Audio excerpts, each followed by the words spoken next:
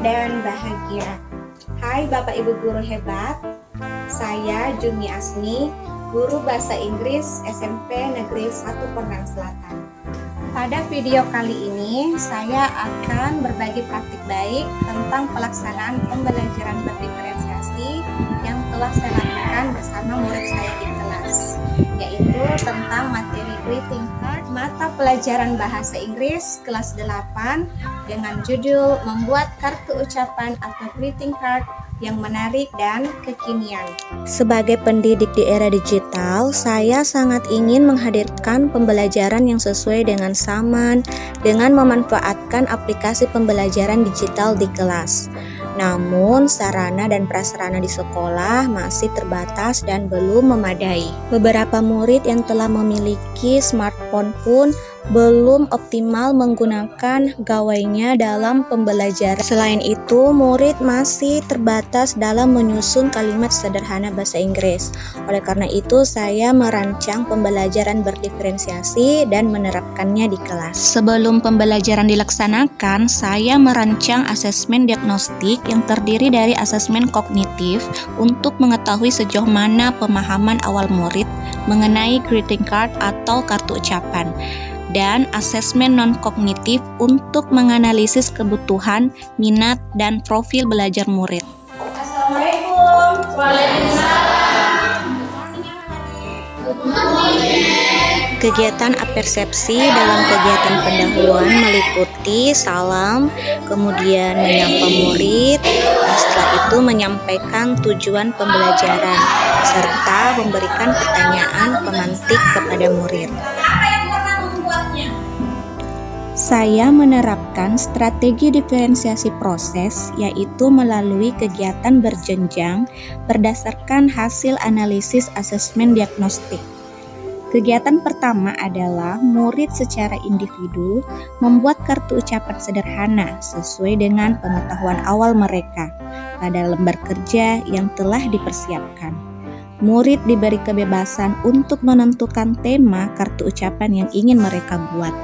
Saya juga lebih mendampingi dan memberi instruksi langsung kepada murid yang pemahamannya masih pada level kurang. Kegiatan berjenjang selanjutnya adalah murid secara berpasangan saling berdiskusi dan bertukar informasi tentang fungsi sosial, struktur teks, dan kartu ucapan yang telah dibuat masing-masing. Setelah itu, murid mengumpulkan lembar kerja kartu ucapan, lalu saya membagi murid ke dalam beberapa kelompok kecil. Saya memilih beberapa kartu ucapan dengan tema yang berbeda-beda untuk dianalisis oleh murid persamaan dan perbedaan setiap kartu ucapan.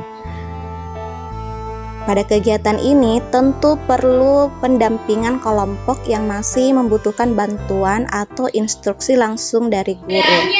Dalam kelompok, murid lalu diminta mengomunikasikan hasil analisis setiap kelompok.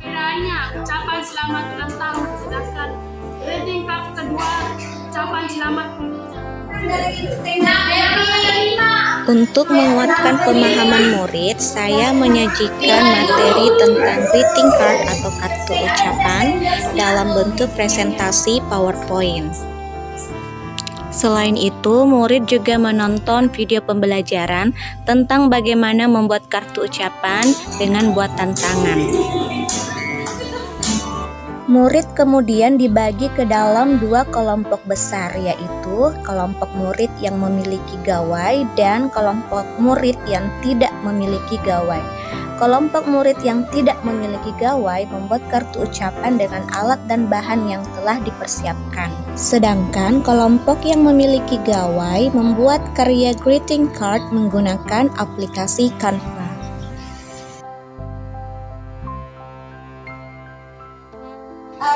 Kegiatan penutup diawali dengan refleksi dari beberapa murid tentang materi apa yang telah dipelajari dan kesimpulan dari rangkaian pembelajaran yang telah dilaksanakan, serta kesepakatan bersama antara guru dan murid untuk pengumpulan tugas akhir dari produk kartu ucapannya.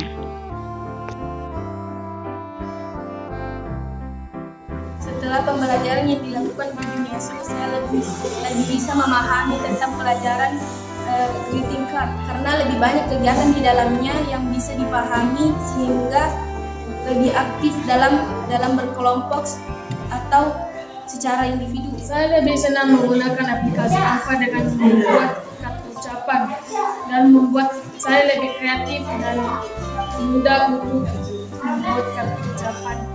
Setelah melaksanakan pembelajaran berdiferensiasi di kelas, saya merasa sangat senang dan merasa lebih adil kepada murid-murid saya di kelas karena saya dapat berusaha untuk memenuhi kebutuhan dan minat serta profil belajar murid yang berbeda-beda. Saya juga melihat murid lebih aktif dengan dihadirkannya kegiatan berjenjang di dalam kelas, serta mereka lebih kreatif dalam berinovasi untuk mendesain kartu ucapan sesuai dengan potensi, minat, dan bakat, serta kebutuhan belajar murid. Alhasil, kemampuan murid dalam mendesain atau membuat kartu ucapan lebih meningkat. Hal ini dibuktikan dengan karya-karya murid, di mana dalam karya-karya tersebut murid sudah dapat membuat atau menyusun kalimat sederhana dalam bentuk bahasa Inggris. Kedepannya saya ingin terus melaksanakan inovasi pembelajaran yang bermakna dan holistik pada murid-murid saya di kelas untuk mewujudkan profil pelajar Pancasila. Semoga menginspirasi. Salam dan